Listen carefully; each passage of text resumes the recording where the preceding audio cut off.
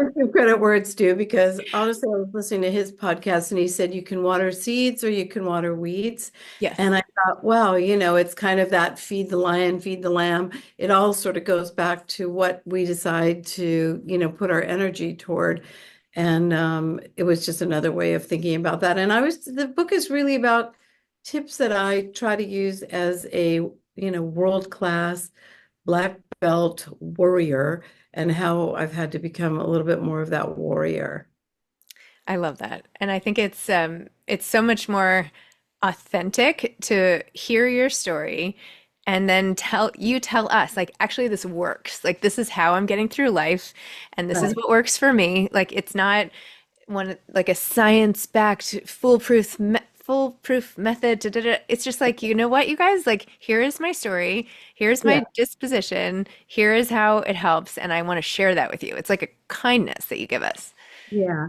I really wanted to exactly. I wanted to give you real life of this is what I do as I'm really and I'm going through it right now. It's funny, this is the first book. I've done 5 books, all very different and yet very specific to what I was working on at the time. And this is the first one where I read it myself. And there's something about, I'm sure you talked to so many authors, Zibby, but the fact that at the end that I read it and it really like was, wow, this was a book I really needed to write. And this is a book that I'll constantly need to revisit, and listen to my own words as I'm still, as I said, it's not like, oh, I wrote the book, I'm cured, I don't worry, I got this all dialed in, figured out, it's an ongoing process. Yes.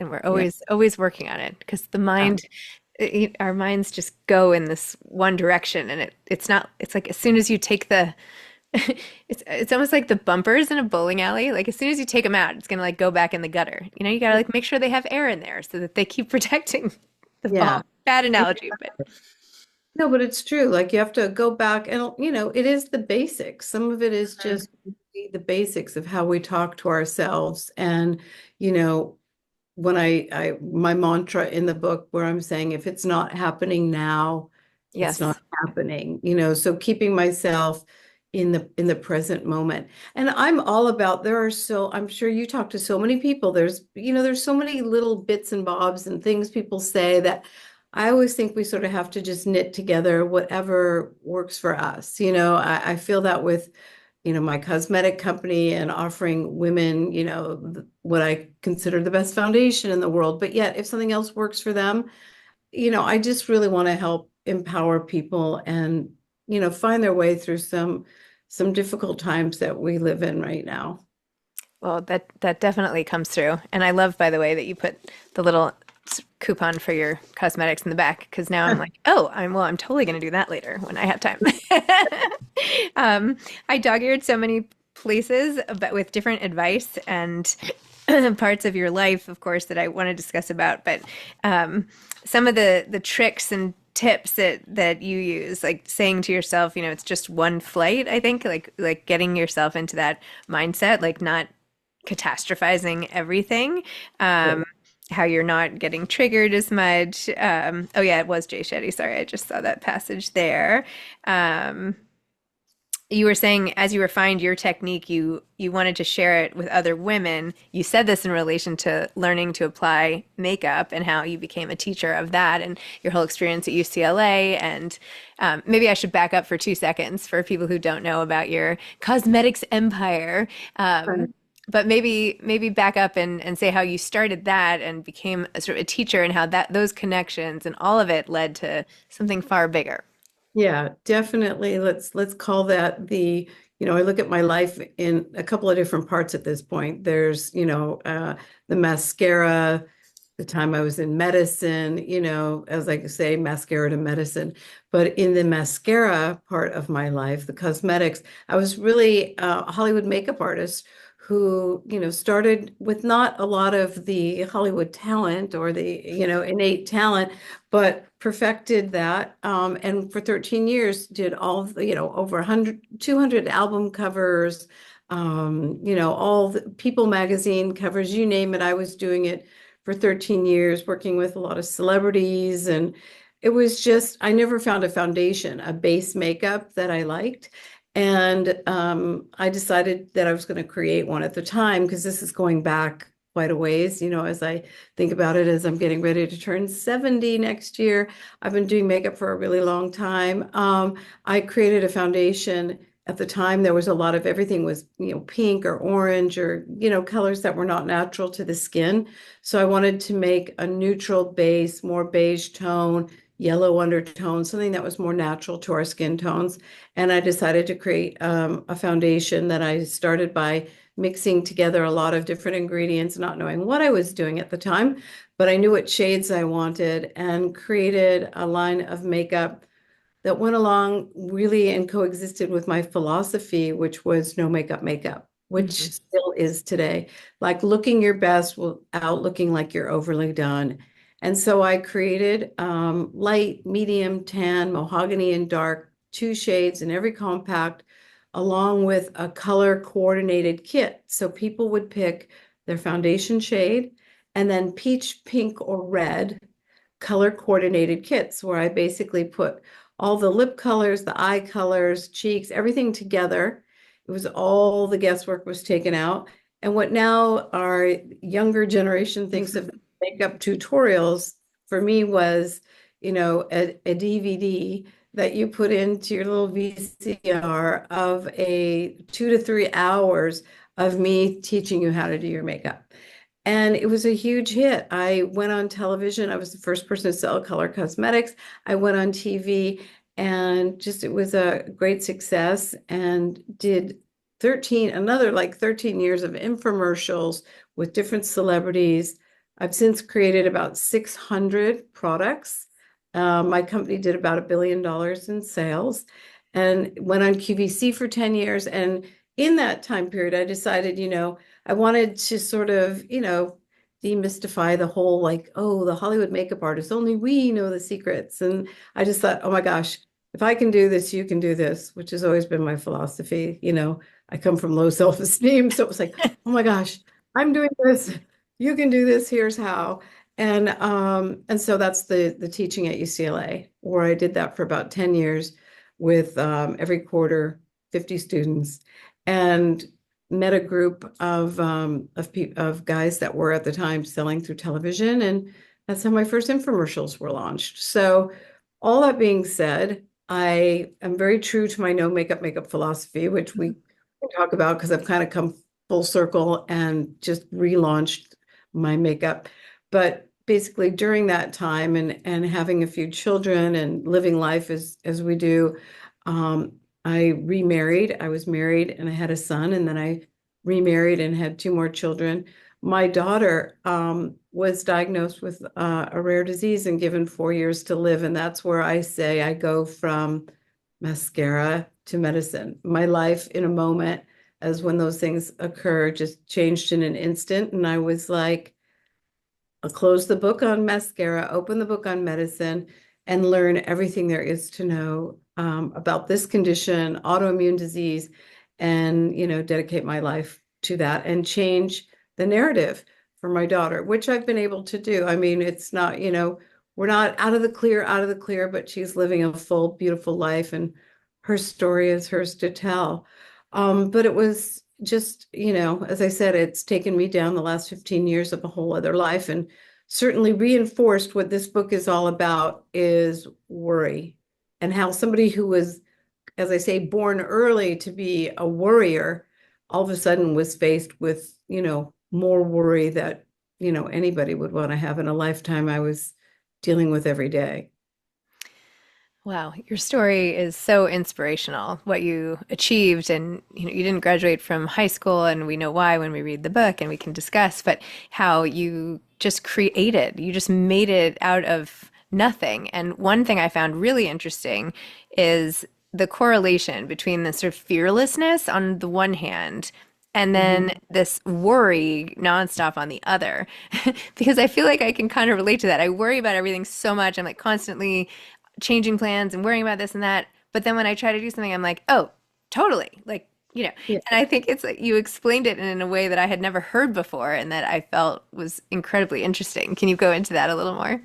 Yeah, I think there's so much because people always think, God, but you've done so much. And so there's the outward facing, Victoria that just, no, I got this and we're going here and we're doing, and then there's, the one that, has to lay down on the bathroom floor or couldn't get on the plane or, when it's how these two kind of, and they're both forces, truly forces that coexist. And how I just sort of manage my way through it because things are always going to be presented to us in life that the book really are the techniques that I have to do when I start becoming overwhelmed again, yet at the same time having to get, excuse my language, but all the shit done that I've got to do, or the people that are, relying on me, or the expectations that I have of myself to accomplish the things I want to do. And I'm so, I should have addressed the experience with your daughter and the medicine and finding out the diagnosis and how shocked you were and going upstairs and weeping uncontrollably and then finding a way. Like you found three medicines that are helping your daughter so much and helping so many people. That's incredibly amazing and also so upsetting that you had to go through it, but still just like Yeah. just wow. Well, it's also shows when you really, and at the time, there was really no information around this condition. At the time, they told me maybe 10,000 people in the world have it. Now there's millions and millions of people because I've really shined a light on something that was misdiagnosed so frequently as MS, or, as you start getting into something, and there was really no conversation. So I'm somebody who has to picture things in my head. So I manifested what would it look like to get all these people, I had to get to their brain trust, right?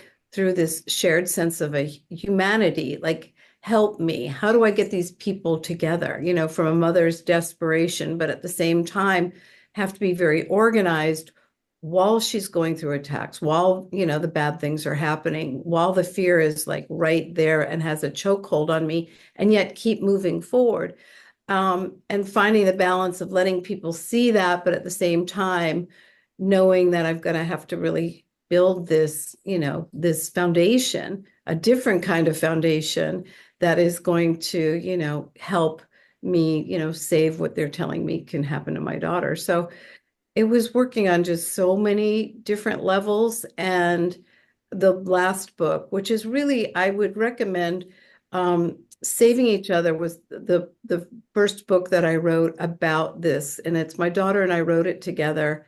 And I never really knew what she was going through. Because at first she didn't want to know what she had. And it's a really powerful book because our pages were put together at the end, and until the book was finished, I really didn't know the whole story from her part. So it's a really powerful book to read. And then the one that was right before this book, The Power of Rare, A Blueprint for a Medical Revolution, is really the blueprint of how I went step by step in working to find a cure, and how to get these drugs made. And I would recommend it for so many people reach out to me that, have other foundations, they're on their missions. This was how I went about it and how I was able to bridge the gap between, like, patients and pharma and how to get things done. So I think that would also be really, really helpful. Amazing. You shared a lot about your upbringing, starting with, as you said, being born early, and maybe that the feeling your claustrophobia may have originated in the incubator for all that time, which sounded terrible, and that your mom was only 21. I mean, I can't even imagine today this is happening. Anyway, but then you went through so much with your father taking Yeah. off, and you were adopted by your stepfather, and then you had this horrific attack, which you wrote about so beautifully and so just here's what happened and you didn't like dance around it. You're just like, look, here's the thing, Yeah. and this pillowcase rapist just came into my house, and reading it, you're just like, no, I can't I can't believe this happened to her, and that you were stabbed, and like Yeah. this is the kind of story where you're like, well, how could this person ever get over this? And then, but you know, you're reading the book so that you did get over it in some Yeah. way. Um, what Well, was it like to write about that and share it uh, now so publicly? yeah, I mean, I can't tell you that it was my favorite thing, having to go back and do that. That would be sort of lying. But you know what? I wanted to do it to show, the pillowcase rapist was, he was notorious in the 70s here in California. And it was my biggest fear was always thinking someone was going to get me. And then, somebody did get me. I think the point of putting that in there was not in any way to sensationalize it because it obviously is a very painful part, in my life and knowing that my kids who knew about it, but were going to potentially read about it, although these are my kids, I don't know that they've actually read anything that I've written, but it, just that what you can go through and kind of, I guess it almost set me up as, yes, I truly am a legit warrior. I've had a lot of stuff happen and a lot of things that I've had to, navigate and get through. And I think all of those things were in that situation. It taught me the difference between where I write in the book about zooming out Yep. and getting perspective as a difference from, say, what I did at the time, which was disassociate from what was happening to my body while, a horrible act was taking place. So it was kind of really there for a frame of reference too, of again, how to navigate things. And you kind of see, I look at things almost as I'm looking at these pictures and manifesting, almost like a movie. As you go further into the book and you see that I also down the road while I was trying to work on saving my daughter, I also was diagnosed with cancer. I And I saw was that. like, oh no, the mom can't die while she's saving the daughter, and it was, and it, in a way, because of the way I was able to frame it in my mind, and I was fortunate enough to catch it early, I could say to the doctors, like, I'm here for a reason. I've got a purpose, there's meaning to my life, like cure me, but I've got things to do. And I think that sort of really helped me get through that experience. So I just wanted to share all these things, not to be victimy or a victim, but kind of like, okay, what do? You go to this next place, you do the next thing. It's just like always doing the next thing because if you do nothing, you know what that looks like. Oh my gosh. No, you called it like your 2% rule. Like you are always in this bucket Yeah. where these terrible things are happening. And you had sort of a sense of, you had a little sense of humor about it at one point, like how can this even Yeah. be? You just have to roll with it a little. The dissociated part I found so interesting that we have the ability to do that, that you can actually, I mean, it feels like it should be out of Ghost or something like that, that you can, and I know it's common or it's like, but still, it's really Yeah. remarkable that our souls can kind of leave our bodies and look down on everything going on as a self-protective mechanism. It's Yeah. And incredible. the fact that I was able to sort of take the disassociation, which is very different, but yet sort of turn it into a more grounded version of zooming out. Yep. Zooming out, you still need, perspective. So I always have to sort of, and it's another way of centering yourself, Hmm. putting yourself back in the moment and centering yourself to be able to think about to make that plan for what your next step is. Because if you're so in it and you're so in the worry and it's so paralyzing, you can't really sort of get that, zooming out, top of the trees, kind of looking down vision that you need to help get you to the next place. In a way, though, it's almost like, well, I might as well worry because bad things are happening. Like, like, Well, yeah, you can do that, and that is true. But where's that going to go? It just sort of, and there might be a time where you need to do that for a minute, and you need to cry or, just isolate yourself or do whatever you do that sort of, take care of yourself. But you gotta change the conversation. At least that's what I do. Some people might go, oh, you can't allow yourself to do that. I mean, we're human. You're going to feel what you're going to feel. It's just, I have this ability and want to encourage that in people to like, there's this, I say, I think it was in one of my first books, I said, perseverance is where the gods dwell. It's like, you have to persevere. Hmm. You have to sort of, find that way, whether it's through, I talk about feathering your nest, curating your friend group. Think of the people that can help pull you out that are going to not, if you're stuck in that place where you can't move, where you're just ruminating, how to stop that spiral. I love that section on community and how you can find community in lots of different places and different ways and how Yeah, important it really is. Yeah, yeah, that's great. yeah. Uh, Yeah, even now doing that with, you've kind of set the example and led the way of, an amazing bookstore. Opening Godmothers was a way for me as well. I have Jennifer, my partner, obviously, but for me it was about, I'm not an expert in that field. I wouldn't even pretend to know, a quarter of what you know about the book business and all of that. But the fact of reconnecting with people, like community, doing things that are always exposing me and to new things, being a curious person. And I think that has helped me in even building this medical foundation and in my makeup. So I get to just bounce around now between, mascara, back to the foundation, the medicine, books, community, I'm just building that sort of life for myself that will help me with what has been my obsession with worry and fear. Wow. Um, wait, tell me more about the bookstore and how did you and Jennifer get together? Just tell me more. I know we talked as you were debating doing it and Yeah, no, talked Jennifer and I, we had dinner together. We recently, probably like within the last 3 to 4 years, we've known each other.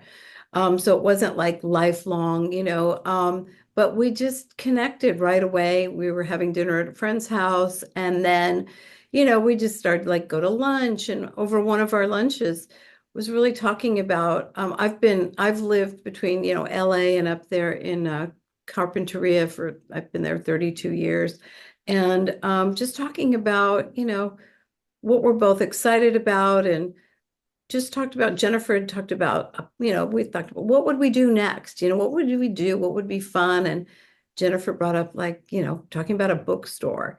And I thought that would be cool. And then you kind of go to, well, if we were going to open a bookstore, where would it be? And there was always a building that I had my eye on that was in Summerlin, this really cool building. And then, Godmothers, the name came up. We were lucky to get that name from Oprah, because Jennifer, myself, and Oprah had thrown a gathering for a friend of ours, and he referred to us as, his fairy godmothers. So it all just started to come, little bits and bobs and pieces of coming together. And then we found, the building, was able to secure the building, and there you go. I mean, it's just, and it's been incredible ever since we opened. So I'm learning about that, every day. There's more and more to deal with and learn about. And I hope we'll be doing some things Yes, together. yes, I'm excited. I think we'll do doing something in February. Anyway, should be fun. Yeah, very excited. Yeah. I can't wait. Well, it's opened. Godmothers is open with such a splash, and it's such a great addition to sort of the world. It's this new model, I feel like, of gathering, like bookstores as gathering spaces. Of course, we sell books, but that's almost not the point. I mean, it's part of the point, but right, you couldn't have one without the other. Yeah, I think people, it just shows, and you know this because you've been doing it a long time, like people are hungry for community, right? Yes. And Yep. and it goes back to worry, because people are worried. We're in a world where it's a little, the election coming up, we don't know what's going to happen. Things have been a little destabilized for a while now. So, it's great when you can come together with community and start grounding yourself. And that's why, we all worry, now what? The now what is like, okay, how do we just reconnect with ourselves and the people around us to not just be so much in worry, but more be in action, be in compassion and kindness, for others and for ourselves. That's really, at the end of the day, the guiding principle that I've lived my life by. I've really think a lot about other people. I'm working on thinking a little bit more about myself as well because I haven't always done that, and I'm at a point where I need to sort of think about what I want as well. But I want to continue to just, I have found the meaning and the purpose in my life, and I'm committed to finding this cure that I know is affecting a lot of people and my daughter. So that will ultimately be my life's mission and I'll get to make some beautiful foundation that you'll learn about me that, when you go online later, I will. nomadcompany.com people go. It's probably the best foundation. We did just win Oprah 2024 Best Foundation. Amazing. So I'll do a lot of fun and interesting things along the way and try not to worry so much. That's really all we can do in life, right? We just like try to get through. We try to be helpful, try to make meaning. I mean, And try to have joy, and try right? to have joy. Yes. Joy. I switched from the happy. I think I bought every book on that happy or happiness in the title. And I was like, and then I would almost feel bad because I'm like, but I still don't feel happy. But so I thought, I'm gonna go to joy. I'm just gonna go to joy. And we're coming up to holidays. We'll be past the election. Let's all try to find a little bit of joy and things that make us smile. I love That that. would that would be good. I love that. Well, this is a great book for the holiday time where worry is rampant. So it's perfect to have out, and it's a real gift. And I just love how much you shared about yourself and all the memoiry parts of it that are interspersed because it's I took it all to heart, like advice from a friend. So thank you. Good. Well, thank you. That's what I would hope the takeaway would be. So that makes me feel good. Oh, good. Great. Well, I'm looking forward to seeing you in February, if not sooner. And thank you so much for coming on. Yeah. Thank you. Thank you. Okay, well, that was it.